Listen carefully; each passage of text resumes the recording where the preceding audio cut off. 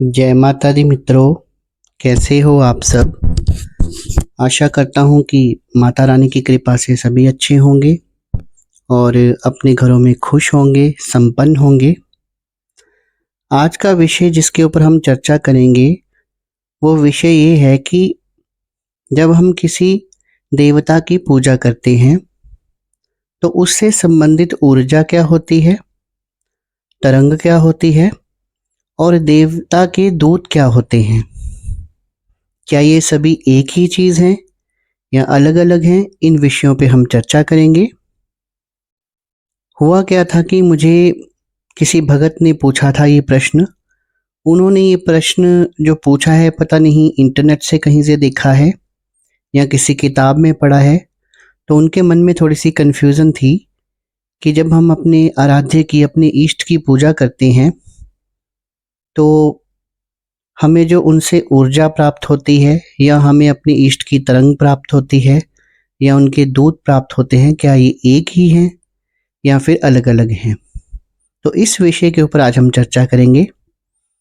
इससे पहले कि मैं विषय के ऊपर आऊँ, मेरा आप सबसे आग्रह है, जो भी मेरे इस यूट्यूब चैनल सच्चे भगत पर पहली बार आए हैं और मेरी इस वीडियो को देख रहे हैं, वो कृपया करके मेरी इस वीडियो को एक लाइक कर दें, वीडियो को ज़्यादा से ज़्यादा शेयर कर दें, चैनल को सब्सक्राइब कर दें और सामने एक घंटा भी दिख रहा होगा, उस घंटे को दबा दें ताकि आगे जो वीडियोस आने वाली हैं उनका नोटिफिकेशन उन तक पहुंचता रहे और अध्यात्म जगत, भक्त भक्ताई से संबंधित, तंत्र विद्या से संबंधित जो वीडियोस मैं बनाता हूँ वो उन्हें देखें, उनका ज्ञान बढ़े।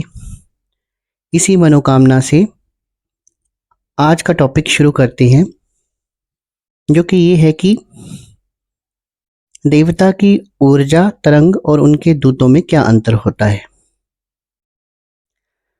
तो होता क्या है दोस्तों कि चाहे आपके गुरु हैं, चाहे आपके गुरु नहीं हैं, जब हम अध्यात्म जगत में पहला कदम रखते हैं तो पूजा पाठ को करना शुरू करते हैं, तो हम क्या करते हैं कि सबसे पहले तो हम, जैसा कि हमारे हिंदू शास्त्रों में लिखा भी है, हम अपने इष्ट का दीपक जलाते हैं। कई लोग घी का दीपक जलाते हैं, कई सरसों का जलाते हैं, कई तिल के तेल का जलाते हैं। तो जब हम दीपक जलाते हैं, धूप दीप करते हैं, पंचोपचार से अपने इष्ट की पूजा करते हैं। इष्ट का मतलब किसी भी देवी देवता की हम पूजा करते हैं। तो पूजा के साथ साथ हम आरती भी करते हैं, तो हमें उस देवता की कुछ ऊर्जा प्राप्त होती है। जब हमारे शरीर को उस देवता की ऊर्जा प्राप्त होती है तो सबसे पहले क्या होता है कि हमारे शरीर में जितनी भी नकारात्मकताएं हैं वो धीरे धीरे दूर होना शुरू होती हैं।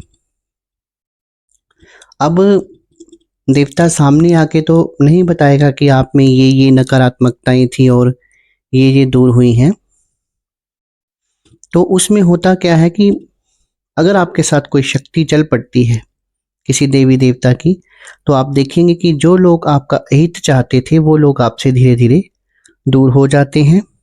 कुछ आपकी बुरी आदतें जो थी आपको, वो भी दूर होना शुरू हो जाती हैं। बुरी संगत आपसे दूर हो जाती है, आप थोड़े अकेले से भी पड़ जाते हैं और आपके शरीर के पहले शुरू शुरू में हो सकता है कि आप थोड़े बीमार भी पड़ जाएं, लेकिन ये हमारी बॉडी में चेंजेस आ रही होती है। शरीर के गंभीर से गंभीर रोग भी कई बार पूजा पाठ लगातार करने से दूर हो जाते हैं। ये क्यों होता है? क्योंकि हमें उस देवता, उस इष्ट की ऊर्जा प्राप्त हो रही होती है।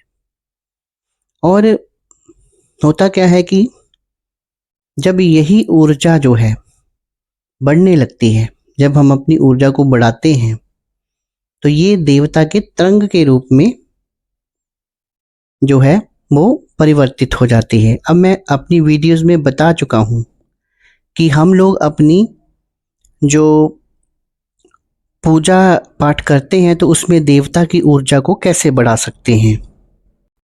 तो उसके लिए आप मेरी पीछे वाली वीडियोस को देख लीजिए, लेकिन शॉर्ट में यहाँ मैं आपको बता दूंगा कि जब भी हम अपनी इष्ट की पूजा शुरू करते हैं और हम चाहते हैं कि हमारी ऊर्जा बढ़े, तो हम रोज़ एक तो दीपक जलाते हैं उनके नाम का, उनके मंत्रों का जाप हमें ज़्यादा से ज़्यादा करना चाहिए।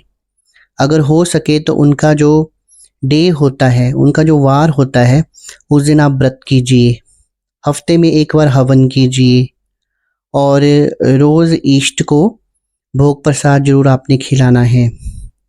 अगर आपके इष्ट का कोई मंदिर है गांव में या आसपास घर के, तो आपको रोज़ उनके मंदिर में जाना है और साल 6 महीने में उनके सिद्ध पीठ पर भी जाना है। तो अगर आप इतना काम भी कर लेते हैं तो वो ऊर्जा जो है वो बढ़ना शुरू हो जाती है और बढ़ते बढ़ते वो तरंग का रूप ले लेती है। और तरंग एक करंट की तरह एक होता है जो आपके शरीर में उस देवता की तरंग आती है। वो कहीं से भी आ सकती है, मूलाधार से भी उठ सकती है, किसी शरीर के एक अंग से भी आ सकती है।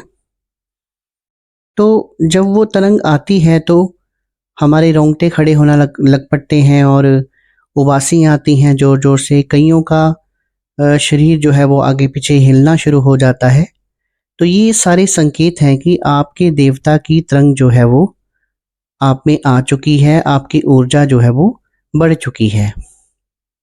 और जब ये ऊर्जा शरीर में आती है तो ये ऊर्जा जो है और भी देवी देवता जो होते हैं उनको अपनी तरफ आकर्षित करती है। कहते भी है ना कि हमें किसी एक इष्ट की, एक देवता की पूजा करनी चाहिए, बाकी जो देवी देवता है वो स्वयं ही उनके पीछे आ जाते हैं।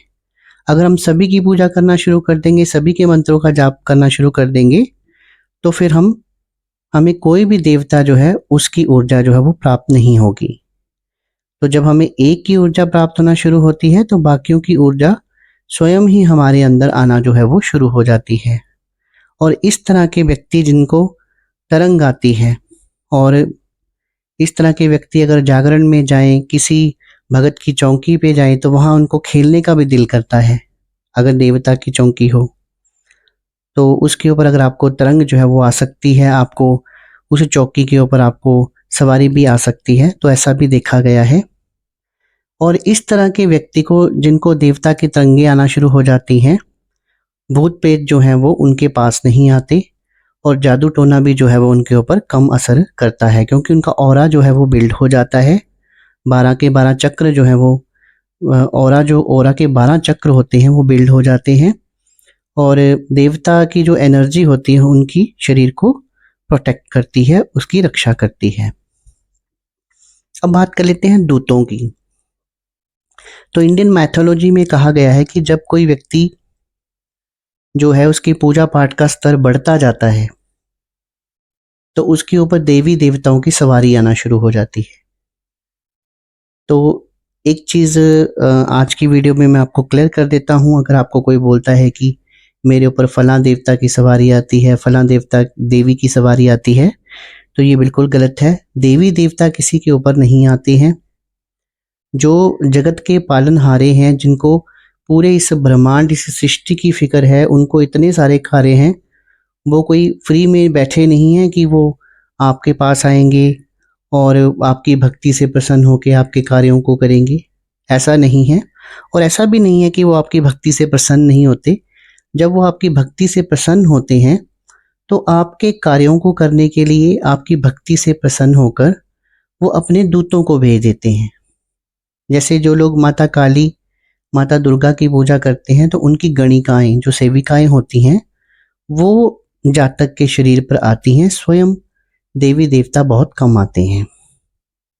फिर जब वो शरीर पे आते हैं तो सवारी आ जाती है। उस समय बोले हुए वचन जो है वो सत्य होते हैं। उससे आप, जो आपके पास व्यक्ति आया है, उसके कार्य भी कर सकते हैं, उसका भला कर सकते हैं, उसका भूत वर्तमान भविष्य बता सकते हैं और अपने घर का भला भी कर सकते हैं। अगर आपके ऊपर देवी देवता की सवारी आती है, उनके दूत आपको अगर प्राप्त हैं तो। अब ये दूत जो हैं वो अपने, क्योंकि एनर्जी लेवल जब बहुत हाई हो जाता है तो दूत अलग अलग तरीकों से अपने भक्तों से संपर्क करते हैं।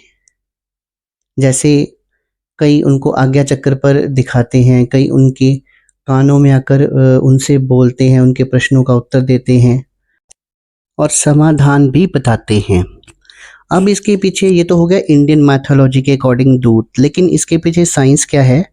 जब हम ज़्यादा ध्यान करते हैं या चैंटिंग करते हैं और हमारे आसपास जो एक ऑरा बनता जाता है और फिर उस ऑरे के थ्रू हम यूनिवर्स से कनेक्ट करते हैं, तो ये जो एनर्जी है, हमारे आसपास एनर्जी है, वो एक आकार ले लेती है और वो आकार जो है वो ज़्यादातर उसी इष्ट का हमें लगता है जिसकी हम पूजा करते हैं।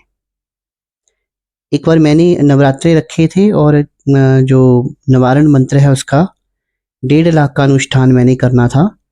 तो नवरात्रों के बीच में ही मंत्र जाप से मुझे रोज़ 151 माला करनी पड़ती थी। तो मुझे ऐसे लगता था कि एक परछाई सी जो है मेरे आसपास है और कई बार वो परछाई मुझे दिखना शुरू हो गई थी। तो एग्जैक्टली वही एनर्जी काम करती है, बाद में वही दूत होते हैं। तो अकॉर्डिंग टू साइंस ये है, लेकिन इंडियन मैथोलॉजी के अकॉर्डिंग ये है कि देवता जो है वो अपना दूत जो है, अब वो दूत कौन होते हैं? जिन्होंने वो मनुष्य योनि में, जिस तरह हमने बहुत तपस्या की और हमें फिर अपने देवता का लोक मिला, वहाँ पर हम उनकी मरने के बाद भी जब हमें मोक्ष प्राप्त हुआ तो वहाँ पर उनकी सेवा में हम तत्पर रहते हैं। वही दूत जो हैं, देवी देवता जो हैं, अपने सेवक का, अपने साधक का, अपने भगत का कार्य करने के लिए उनको भेजते हैं और वो देवता की तरह ही गुणों के होते हैं और जो देवता कार्य करने में सक्षम है वो भी हर कार्य करने में सक्षम होते हैं। तो आशा करता हूँ जो जानकारी मैंने आपको आज दी है वो आपको समझ आई होगी। मेरे से जितना बन पाया मैंने आपको समझाने की कोशिश की कि देवता की ऊर्जा, तरंग और दूतों में क्या अंतर होता है। अगर आपको जानकारी अच्छी लगी हो तो वीडियो को ज़्यादा से ज़्यादा शेयर कर दें, वीडियो को लाइक कर दें। बहुत बहुत धन्यवाद, आपने अपना कीमती समय निकाला, मेरी वीडियो को देखा। आज के लिए बस इतना ही, फिर हाजिर होंगे एक नई वीडियो के साथ।